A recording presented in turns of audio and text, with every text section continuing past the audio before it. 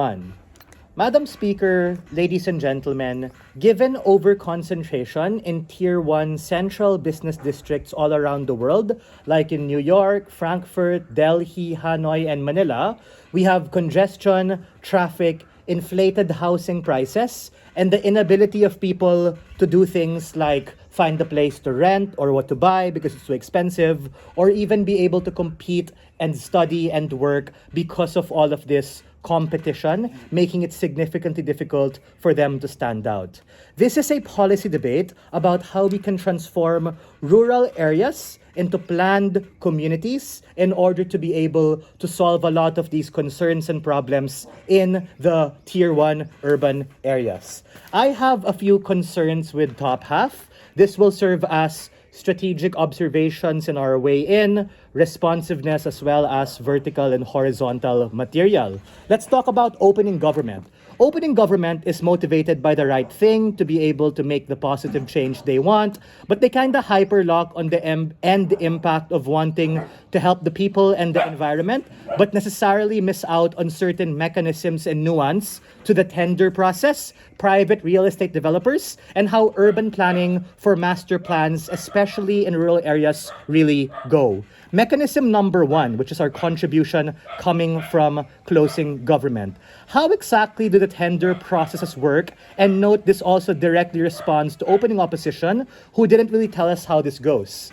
The tender process works through bidding, which essentially allows a screening of multiple proposals sent by private real estate developers of all sizes, so that the government can be able to select and process who are the strategic few we're going to work on a per project basis. That is to say, precisely because it's so difficult to do all of these things all over the country, they need the help from the private sector, and specifically through the bidding process, we're able to box out shitty real estate developers or bad faith actors, people who necessarily are in it for a quick buck and are not going to deliver on building that township. It's precisely also because governments also have a limited budget because of scarcity that make it particularly difficult.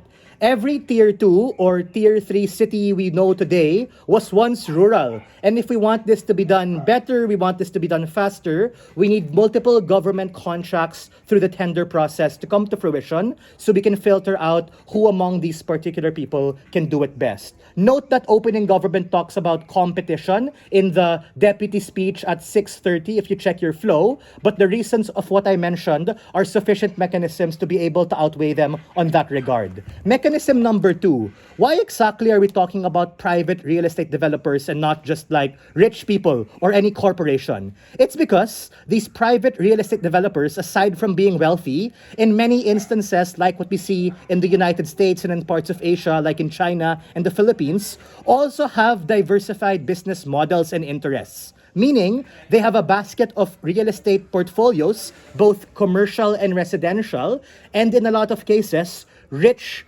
chaebols or rich Chinese families in many cases also have adjacent businesses. They also own malls. They also own hospitals and drugstores. And that is the nuance to why it specifically has to be these individuals, because this uniquely allows us to be able to form communities and townships.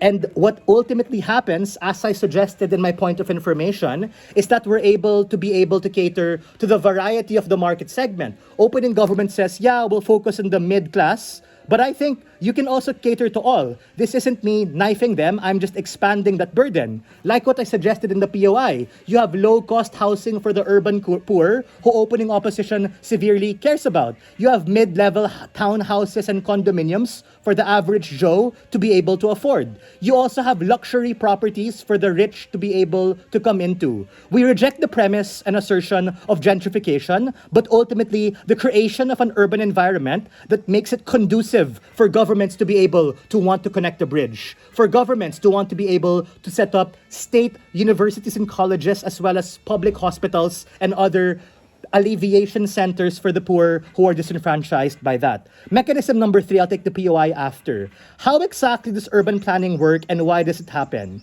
More than just being profit-driven, which is what opening government said, private real estate developers have the specific knowledge and technical expertise, as well as experience and track record in things like the legal basis of zoning laws to be able to make sure we don't just fuck over the farmer and his family. We do this that's compliant to the law so they don't get sued in order to be able to build that condominium they want. Let's deal with opening opposition. But before that, POI, whoever raised it earlier.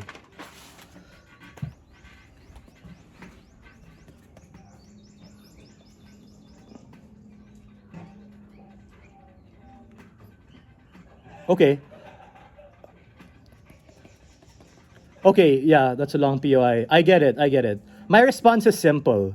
Because we have master planning. And what that means is, and this also responds to opening opposition, right? What this means is that on their side, yeah, sure, anyone can put up a pizza shop, a laundry, a school, a hospital, but there's no fucking urban plan. Like, it's just concentrated and scattered out. And the problem with that is that the infrastructure might be ass. It might be hard to get around place to place. That's what happens when side opposition wants to be able to do it wherein there's no government contract. The tieback and the positive comparative on proposition side, exclusively from CG, is that this government contract pushes them to be able to pitch a plan over 10, 15, 20 years on phase 1, phase 2, phase 3, how these things are likely to roll out, versus on their side, sure, you can maybe have faster development, but the urban planning and thought process is little to none. How exactly is our side able to take it over opening opposition and the other teams here?